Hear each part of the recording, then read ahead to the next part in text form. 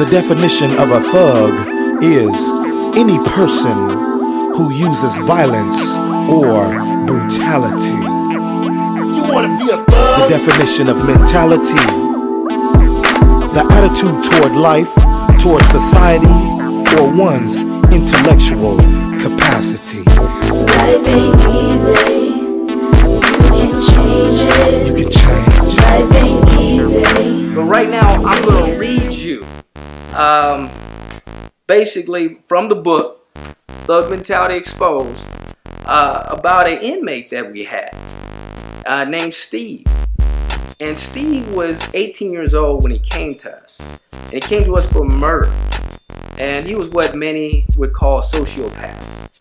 You know, that's somebody that can go out and kill somebody, you know, have a burger, you know, kick it with their homeboys, go on a date, you know, get home, play some video games, get a good night's sleep, and wake up and ask mom what's for breakfast. Don't even trip. I remember talking to him, you know, during a counseling session, and he told me that at 10 years old, he got his first gun. He's like, K-Slow, you know, I got my first gun when I was 10 years old.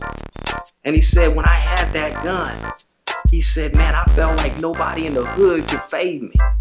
You know, he said, I would just stare at this gun. He started getting all excited talking about this gun, like he's really reliving the experience. He said, I would pull out from under the bed and just look at it. As I look at it, I would start fantasizing about it. He said, about 11 years old, I was running through the streets, just blowing people away. And he said, I would get an adrenaline rush watching the blood leave a lifeless body. I'm thinking to myself, man, you know, I asked him, I said, Steve, you 10 and 11 years old. How you develop this type of mentality at 10 or 11? And I was telling him I was writing this book, and I said, man, what you have to say, I think could probably help a lot of parents. I said, can you just write me something, how you develop this type of mentality? I said, don't write me something that I want to hear. Write the truth. So I remember the next day during the program, he was coming out for a rep program.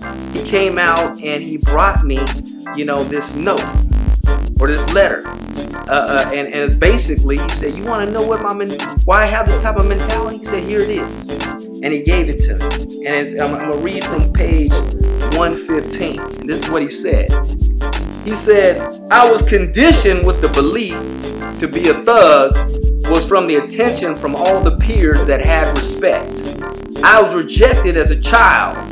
So since I believe I need the respect to survive in my neighborhood, I could kill 2 birds with 1 stone and get the attention and respect from acting like a thug. Being rowdy, boisterous, disrespectful, and wild was passed on to me from my peers. I believe if I don't beat them, somebody else will. Or this is free money, so I'm gonna get it. It was important for me to be serious and get over on the system the more I became deep into the mentality as a hustler. Too Short, E40, and Little Rick were a couple of main Bay Area rappers that I liked because they talked about all types of killing, drug dealing, and how they kicked it by drinking and smoking.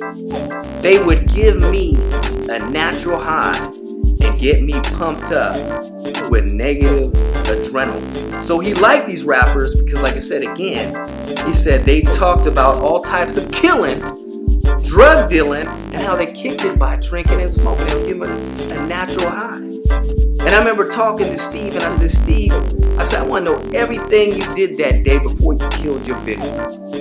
He said, everything, K-Slow? I said, everything. I said, I want to know everything you did that day. He's like, well, I woke up and I got lit. I was like, you get lit, Steve? No Fruit Loops or orange juice and spit a blunt in your mouth just like that?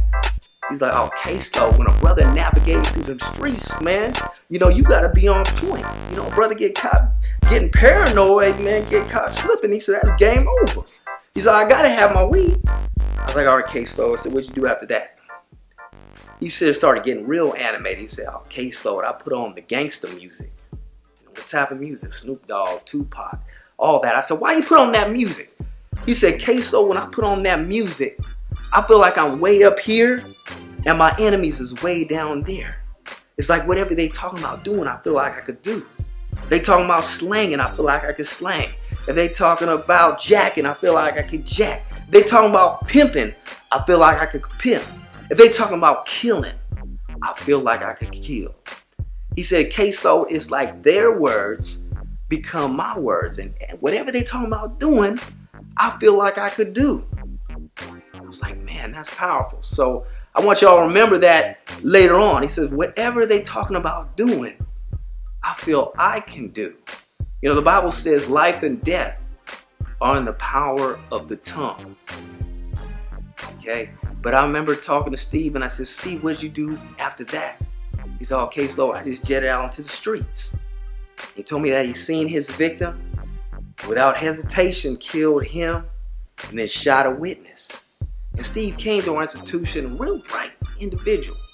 You know, got his high school diploma, I believe he even got his AA degree, had the highest paying job on the unit as a laundryman, making 25 cents an hour.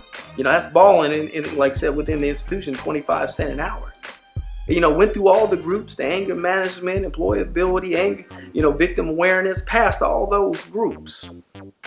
But I remember going, you know, doing my counts, and I would hear Steve just banging on the steel desk, rapping, you know, calling women out their name, talking about the killing and everything like that. And I'd just stop and say, hey, Steve, what you doing, man? You about trying to parole, man. Why are you talking like this?